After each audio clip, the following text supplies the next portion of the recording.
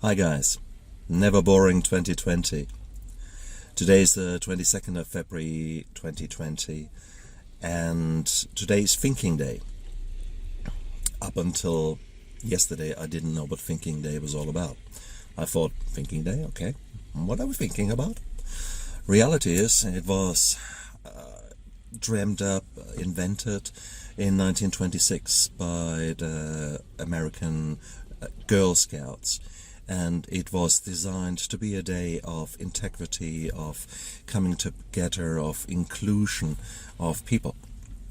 And that made me think, because it is such a bizarre world at the moment in which we are living, and I wanted to just talk about it. I'm German by origin, and if you look at me, I'm a German skinhead, and by definition I'm only one neck or two away from a hate crime. Yet the reality is, you probably could not find anyone further away from extremism or racism. I cannot stand that. But I cannot stand it not just in one way, and that's the problem in our society. We sort of think racism, oh yeah, that's the whites against the blacks, or that's, in my country, in New Zealand here, oh it's the whites, the New Zealanders against the Maori. No, it isn't. And I want to share some examples with you so that you understand where I'm coming from. First of all, where am I filming? I'm filming here in the car park of our local supermarket. And it's actually here that I've seen the most common examples of racism on a daily basis. It is here that I was parking my car, pretty much where I'm parking right now. And just opposite me is the exit of the supermarket. And as so often happens here, we had Chinese tour buses coming through, and they stop here, respectfully park at the end of the car park, and then all the gaggle of Chinese tourists with their translator and their guide are going into the supermarket and stocking up on chocolate and snacks and wine and things like that. Basically what they consider as having a good holiday. And so here I was parking my car in the evening to pick something up, when I noticed that there was a group of Chinese people standing over there in an outside of the exit, spilling over into one of the car parks there. Into the car park came a big ute, a farm vehicle driven by a Maori gentleman, and he started to turn, indicated, it turned left into that car park and kept driving, despite the fact that these people were standing there, and it was basically like herding sheep. And I could see the facial expression of the man, and it was disgust. What I saw there was a classic example of racism. And it's actually not so uncommon. Here was this Maori gentleman who was literally herding Chinese in front of him, and I mean it. If the woman closest to him had not moved in the speed that she did, he would have broken her leg, her knee. There's no doubt in my mind. As it so happened, I'm not sure if these Chinese felt intimidated or not, one way or the other. It was a not nice thing for me to observe, and I feel disgusted of myself that I did not step out and challenge the man. I had my own reasons, I needed to be somewhere else, but with hindsight I feel ashamed that I didn't have the backbone, or didn't make the time, shall I say, to actually have a word with this guy. Go back a few years, and when I was still working in the public system, I came one weekend morning onto the intensive care unit where I was on duty, and the moment the doors opened, I felt that there was something strange going on. And I walked in, and you just see sort of eyes that have just cried, eyes that are still overshadowed with furrows, And I said, hey guys, what's going on? What's the problem? And it turned out that one of the intensive care patients was a young Maori lady in her 30s who basically was rotting away from her diabetes and from her self-inflicted obesity. She was basically a woman who didn't look after herself, who might have not had the skills, whatever it was. There she was, dying of heart failure and infection. But what had occurred just prior to me coming onto the unit was a Indian nurse was due to look after her. And the Indian nurse is very capable and a very lovely girl. So any patient should be being grateful to be looked after by such a wonderful person. Yet the woman, the patient, looked my nurse up and down, and said, "I do not want to be treated by this woman." And it was, I'm very polite here because there were a few expletives in there, and there were also references to her origin, to her being from the Indian subcontinent. A long time ago, I would have basically ripped this woman's head off and would have told her where to go. But nowadays, we're living in different times, and I felt that to a certain degree karma was at play, because the woman was a nasty piece of work, and she was rotting, and there was no chance she would leave the unit. So I thought, nah, do I really want that fight? And I decided no. But I very much took my nurse in my arms, gave her a huge hug, and was there for the whole unit. I was there more for the nurses. Far more important for me also as a doctor was that I jumped over my shadow. I made sure that this patient was looked after and that she received all the care that she deserved.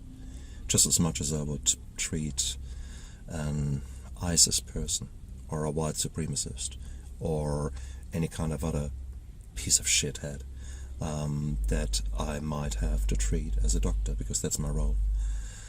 I am not the one who judges, but I'm a man nevertheless deep inside, and I felt absolutely horrified that this Maori lady was being so mean and derogatory towards one of my nurses. It was not nice. So, why am I saying all that? First of all, I was telling you examples here of 2 examples of racism where you actually are surprised to hear them. I could have pulled out so many acts of racism out of my head where white was, well, not just white, where your prejudices out there are fully justified. Yeah, of course, yes, that is the normal, that's racism. No, I wanted to show you different racism, because it comes in all shapes and colors. It comes in every nuance that there is, and it's all around us. In another supermarket, not the one that I'm filming here, I stood behind a Chinese lady who was about to pay few dollars for her chocolate and for some little things, and she was Chinese, from a tour bus, did not speak a single word English, and the cashier gave her a bloody hard time, and it was clear, it was so blatantly obvious, the conduct by the cashier was pure racism. That was white against Chinese, not that it really mattered. But it was this kind of attitude. Oh, and the woman, I felt her squirming there, trying to find the right coins to pay for the chocolate, and she didn't have enough. And after a moment, I just couldn't watch it anymore. And I actually reached over, gave $2, and settled her bill. And that was that. And this woman was just gobsmacked, absolutely gobsmacked, that I paid for her. Here she was, this tourist, and she was not poor. I mean, this probably kind of middle class people who can afford to travel through our beautiful country there. So it was not a matter of not having the money. It was just getting flustered, not talking the language, etc. And I just made a point of just being nice to her. And for me, that was such a beautiful and lovely thing to do. I was proud that I did it. And yet the cashier turned around, looked me in the eyes and said, "Do you really want to do that?" And as if being nice to someone was something weird that you shouldn't do. So racism is all around us.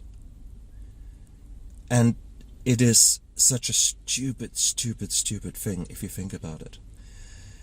I would love to have everyone in this country and around the world to do a DNA test and see where you guys are actually coming from.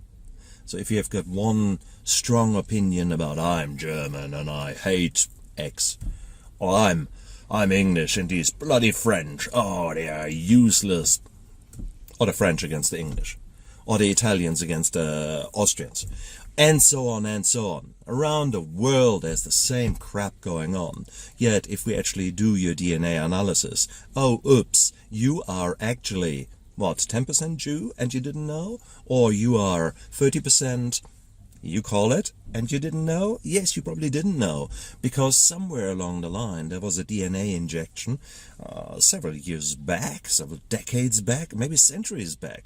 But there you are in black and white. Yes, you thought you're white. And what are you? Oh, oops, sorry, 25% Negro, or whatever the current appropriate word for it is. I don't actually care. It is, racism is out there, and it needs to be checked. It needs to be dealt with. It needs to be addressed. And you can't address it when it comes to huge bombings and hate crimes.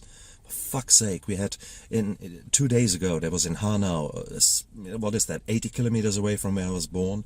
It was a crazy nutter right-wing idiot shot up two bars where Arabic people enjoyed a cigarette together, for the lack of a better word, and 10 people dead and several wounded. What the heck? What the heck? What do people think? No, guys, no. But that's too late. These are the extreme versions.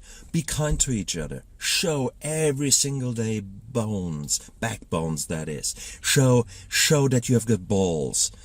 Go out there. Turn lives around. Be there for minorities.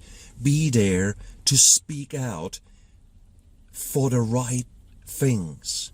Do the right things. Show that you're a human being and that you deserve to be on this earth. There's too many pieces of shit out there. And far more important, there are too many people out there who are simply quiet. They think, oh no, I better don't say a word because, oh no,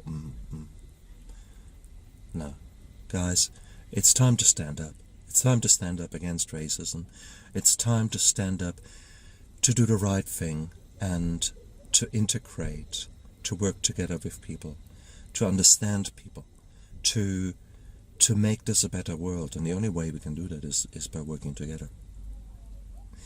Guys, just look after yourselves and look out for those people who maybe can't look out for themselves.